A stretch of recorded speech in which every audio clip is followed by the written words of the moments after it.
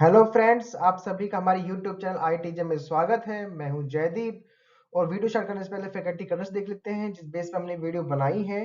और ये जो वीडियो बनाई है ये आप लोगों के क्वेश्चंस के ऊपर वीडियो बनाई है कि हम IATF 16949 ऑडिटर कैसे बन सकते हैं। मीन्स हम third party certification body auditor कैसे बन सकते हैं, कौन बन सकता है, उस चीज के ऊपर हमने वीडियो बनाई है। तो चलिए फ्रेंड्स आगे चलते हैं। तो फ्रेंड्स ये हमारा ट्रेनिंग इंडेक्स है जिसके बेस पे हम आज की वीडियो को पूरा करेंगे। इस वीडियो में हम बात करेंगे कि IATF 16949 ऑडिट रिगार्डिंग क्या क्राइटेरिया है, क्या एप्लीकेशन प्रोसेस है और क्या क्वालिफिकेशन प्रोसेस है। तो चलिए फ्रेंड्स आगे चलते हैं। तो चलिए फ्रेंड्स सबसे पहले हम IATF 16949 ऑडिटर के क्राइटेरिया के बारे में जान लेते हैं। तो फ्रेंड्स क्राइटेरिया का बताने से पहले मैं आपको बता दूं कि जो हम ये वीडियो बना रहे हैं ये बना रहे हैं हम 28 जून 2022 को। और यहाँ पे जो रूल की रिक्वायरमेंट है, IATF रूल बुक की जो रिक्वायरमेंट है उसके बेस पे हम ये वीडियो बना रहे हैं। और ये जो रूल बुक में समय समय पे चेंज आता रहता है, लेकिन ये जो अभी करंट में जो रिवीजन है, अभी करंट में जो रिक्वायरमेंट है उसी को हम यहाँ पे इस वीडियो के अंदर डिस्कस करने वाले हैं। अगर इसमें कुछ चेंजेस होता है तो हम आपको बाद में अपडेट कर देंगे। तो चलिए फ्रेंड्स सबसे पहले बात करते हैं कि क्या क्या क्राइटेरिया है IATF 16949 के रिगार्डिंग। तो फ्रेंड्स पहला हमारा क्राइटेरिया है कि जो कैंडिडेट IATF 16949 के ऑडिटर बनना चाहता है उसको पिछले 15 साल के अंदर कम से कम 4 साल का प्रैक्टिकल एक्सपीरियंस होना चाहिए उसको ऑटोमोटिव मैन्युफैक्चरिंग इंडस्ट्री में। अब ये जो 4 साल का एक्सपीरियंस होगा उसमें से कम 2 साल उसको क्वालिटी एश्योरेंस और क्वालिटी मैनेजमेंट सिस्टम के अंदर का एक्सपीरियंस होना चाहिए। तो ये हमारा फर्स्ट क्राइटेरिया है IATF 16949 ऑडिटर बनने के लिए। तो चलिए फ्रेंड्स नेक्स्ट बात करते हैं। तो फ्रेंड्स इसी में ही फर्दर नोट डाल के IATF रूल बुक में डिफाइन किया हुआ है कि जो एक्सपीरियंस है वो ऑटोमोटिव इंडस्ट्री के अलावा अगर कोई सिमिलर टाइप ऑफ इंडस्ट्री है, means aerospace, telecommunication, rail, industrial of road equipment, इसके रिगार्डिंग अगर कोई ऑर्गेनाइजेशन है जो कि केमिकल, इलेक्ट्रिकल और मेटेलिक कमोडिटी से बिलोंग करती है, उसके अंदर के एक्सपीरियंस को भी हम IATF 16949 ऑडिटर की क्राइटेरिया के अंदर कंसीडर कर सकते हैं। तो फ्रेंड्स ये नोट डाल के कुछ जस्टिफिकेशन यहाँ पे दी गई है। तो चलिए फ्रेंड्स नेक्स्ट क्राइटेरिया की बात करते हैं जो है कि जो कैंडिडेट है जो कि IATF 16949 ऑडिटर बनना चाहता है उसको नॉलेज होनी चाहिए ऑटोमोटिव कोर टूल्स की।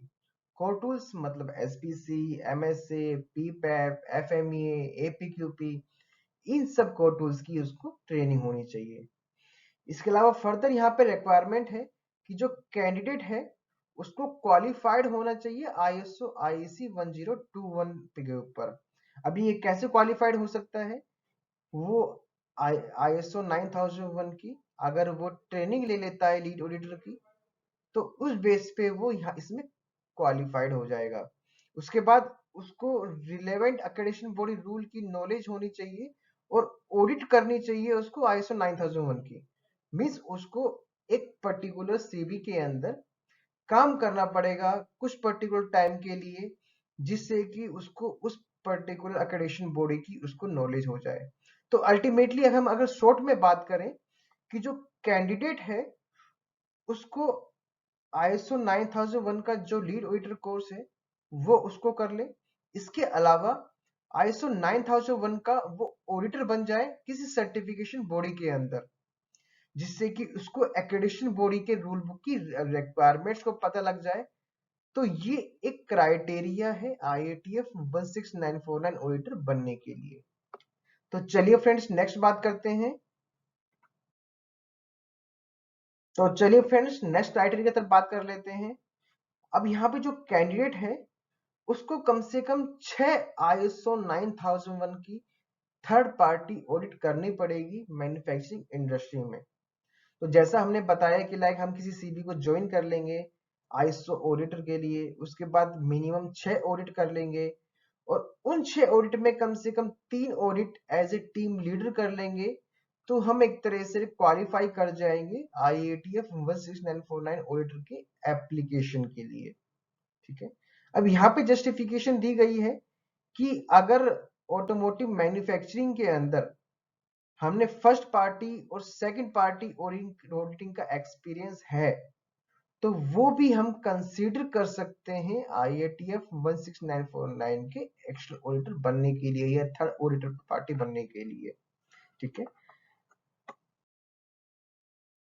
अब जो नेक्स्ट रिक्वायरमेंट है कि जो कैंडिडेट है जो कि अप्लाई करने वाला है एप्लीकेशन IATF 16949 ऑडिटर बनने के लिए, उसको कम से कम एक complete IATF 16949 third party audit को ऑब्जर्व करना होगा। और ये जो ऑब्जर्वेशन ऑडिट होगी वो कम से कम 2 दिन की होगी। और ये जो ऑडिट है मेनली न्यू ऑडिटर ट्रेनिंग और एवोल्यूशन जो प्रोसेस होता है उससे पहले करनी होगी।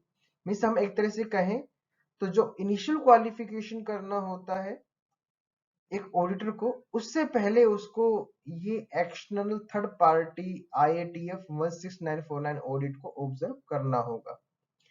तो ये एक क्राइटेरिया है हमारा IATF 16949 ऑडिटर बनने के लिए।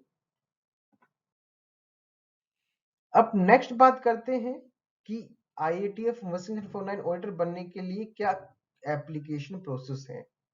तो फ्रेंड्स अब इसको भी यहाँ पे दोबारा बताना चाहूंगा कि हम जो बात कर रहे हैं हम 28 जून 2022 को बात कर रहे हैं। अब मे भी इसमें आगे सेक्शन इंटरप्रिटेशंस आए, कुछ चेंजेस आए, बट ये एज ऑन डेट अभी जो करंट में एप्लीकेशन प्रोसेस है इसके बारे में हम बात कर रहे हैं। तो फ्रेंड्स यहाँ पे जो सर्टिफिकेशन बॉडी है उसको प्रोसेस डिफाइन करना पड़ेगा नए ऑडिटर कैंडिडेट को सेलेक्ट करने के लिए, जिससे कि वो IATF ऑडिटर क्वालिफिकेशन प्रोसेस में उसको प्रोसीड कर सके।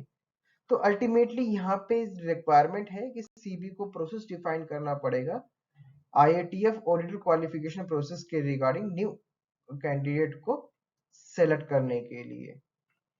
तो चलिए फ्रेंड्स नेक्स्ट डिस्कस करते हैं। तो चलिए फ्रेंड नेक्स्ट बात करते हैं कि जो यहाँ पे कॉन्ट्रैक्टेड ऑफिस होता है सीबी का, उसको उस particular candidate regarding complete application form और कंप्लीट सपोर्टिंग डॉक्यूमेंट्स सबमिट करने होंगे IATF ओवरसाइट ऑफिस को, जिससे कि जो IATF की ऑडिटर के रिगार्डिंग जो कैंडिडेट है उसको एक्सेस मिल जाए IATF ऑडिटर क्वालिफिकेशन प्रोसेस के लिए। तो अल्टीमेटली फ्रेंड्स यहाँ पे जो रिक्वायरमेंट है वो ये है कि जो सीबी है उसको complete application form and supporting document submit करने होंगे IATF ओवरसाइट ऑफिस को। तो ये है हमारा एप्लीकेशन प्रोसेस। अब नेक्स्ट बात करते हैं IATF 16949 ऑडिटर के रिगार्डिंग क्या क्वालिफिकेशन प्रोसेस है। तो फ्रेंड्स यहाँ पे फिर मैं दोबारा बताना चाहूंगा कि जो हम बात कर रहे हैं वो एज ऑन डेट बात कर रहे हैं, मींस 28 जून 2022 को बात कर रहे हैं। इसमें आगे समय समय पे चेंजेस आते हैं, समय समय पे एडमेंट आते हैं, तो जब चेंजेस आएंगे तो हम आपको अपडेट कर देंगे। तो अभी के रिगार्डिंग जो करंट में क्वालिफिकेशन प्रोसेस है उसके ऊपर बात कर लेते हैं हम। तो यहाँ पे फर्स्ट जो क्वालिफिकेशन प्रोसेस है वो है इनिशियल क्वालिफिकेशन प्रोसेस, और जो सेकंड क्वालिफिकेशन प्रोसेस है वो है रीक्वालिफिकेशन प्रोसेस। तो चलिए फ्रेंड्स सबसे पहले बात कर लेते हैं कि इनिशियल क्वालिफिकेशन प्रोसेस क्या होता है। तो इनिशियल क्वालिफिकेशन प्रोसेस में पहले जो कैंडिडेट है उसको 4 डेज की ट्रेनिंग लेनी होगी कंप्लीट। उसके बाद उसको $1250 की फीस सबमिट करके एडीपी के अंदर एक्सेस को गेन करना होगा। और उसके बाद जो ट्रेनिंग हमने पहले की थी उसके विद इन 3 मंथ उसको इनिशियल असेसमेंट के लिए अपने आप को शेड्यूल करना होगा, जो आपने IATF का जो पोर्टल में एक्सेस मिला है उसके अंदर। उसके बाद आपको इनिशियल क्वालिफिकेशन का जो एग्जाम देना होगा, ये अभी लाइक प्रोक्टर भी होता है और ये रिमोट भी होता है, वो आपको डिपेंड करता है आपके ऊपर कि आप कैसे देना चाहेंगे। तो जब आप इसमें IATF ADP के अंदर एग्जाम देंगे तो जो एग्जाम होंगे वो नॉलेज एंड एप्लीकेशन असेसमेंट दोनों के ऊपर होंगे। तो यहाँ पे जो पासिंग क्राइटेरिया है आपका कि अगर आपको 80% से ज्यादा आते हैं नॉलेज के अंदर और एप्लीकेशन के अंदर भी 75% से ज्यादा आते हैं तो आपको 2 साल के लिए IATF ऑडिटर नंबर मिल जाएगा और आप ऑडिट कर सकते हैं 2 साल तक। और इसे आप फुल पास कह सकते हैं कि जी इनिशियल क्वालिफिकेशन आपकी जो है वो फुल पास है। अगर हम बात करें इनिशियल क्वालिफिकेशन में इंटरिम पास, मतलब कि जो आपका नॉलेज में स्कोर आया है वो 50 से लेकर 70 के बीच में आया है। जो एप्लीकेशन में आया है वो आपका 50 टू 74 आया है, तो आप अल्टीमेटली इंटरिम पास कहलाएंगे। आप जब तक इंटरिम पास रहते हैं आपको 1 साल की वैलिडिटी मिलेगी। उस 1 साल के अंदर आपको या तो ग्रीन होना होगा, मीन्स फुल पास होना होगा। अगर फुल पास हो जाते हैं तो आपको टाइम मिल जाएगा, और अगर फुल पास नहीं होते हैं और किसी में रेड आ जाते हैं, मीन्स कि 50% से कम हो जाता है, तो अल्टीमेटली आपको कंप्लीट फेल माना जाएगा और आपको दोबारा 4 डेज की ट्रेनिंग के लिए जाना पड़ेगा। फिर दोबारा आपको ADP में एग्जाम देना पड़ेगा। तो ये कुछ इनिशियल क्वालिफिकेशन के प्रोसेस हैं जो कि आपको फॉलो करने होंगे अभी के लिए। तो जैसा कि हमने बताया कि जो इनिशियल क्वालिफिकेशन है उसके कंप्लीट होने के बाद उसको IATF ऑडिटर का नंबर मिलता है, जिससे कि वो किसी भी CB के लिए ऑडिट कर सकता है। तो चलिए फ्रेंड नेक्स्ट बात कर लेते हैं रिक्वालिफिकेशन प्रोसेस पे।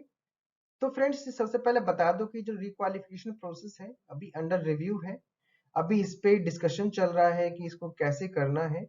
लेकिन इस समय जो अभी एप्लीकेबल है वो ये है कि आपको नॉलेज में 80% से ज्यादा नंबर लाने हैं, एप्लीकेशन में 75% से ज्यादा नंबर लाने हैं।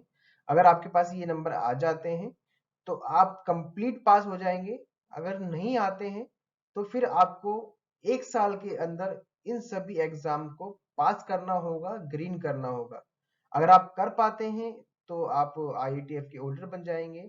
अगर नहीं कर पाते हैं तो अल्टीमेटली आपके पास जो क्वालिफिकेशन थी, जो इनिशियल क्वालिफिकेशन के बाद मिली थी आपको, वो खत्म हो जाएगी, मीन्स आप ऑडिट नहीं कर पाएंगे। तो ये कुछ क्वालिफिकेशन प्रोसेस है, इंटरिम क्वालिफिकेशन और रिक्वालिफिकेशन जो है। तो जैसा कि हमने बताया कि अगर आप रिक्वालिफिकेशन कंप्लीट कर लेते हैं तो जो ऑडिटर है उसको IATF ऑडिटर नंबर मिल जाएगा, रिवाइज IATF ऑडिटर नंबर। उसके बाद वो ऑडिट कर सकता है CB के लिए। तो फ्रेंड्स अब यहाँ पे अपना जो क्वालिफिकेशन प्रोसेस है इसको यहीं पे कंप्लीट करते हैं। तो चलिए फ्रेंड्स इस वीडियो को यहीं पे समाप्त करते हैं और आशा करते हैं कि आपको हमारी वीडियो समझ में आई होगी। अगर हमारी वीडियो आपको समझ में आई हो, अच्छी लगी हो, तो हमारे वीडियो को लाइक कीजिएगा, हमारे वीडियो को कमेंट कीजिएगा, जिससे कि हमें पता लग सके आपको क्या पूछना है। कुछ अगर दिक्कत है तो आप पूछ सकते हैं, जिससे कि हम आपको आंसर उस पर दे सकें। और इस वीडियो को अपने फ्रेंड्स से शेयर कीजिएगा जिससे वो भी इसके बारे में सीख सकें। तो ठीक है friends, thank you so much आपका जो आप लोगों ने सपोर्ट किया और सुना। Okay, thank you.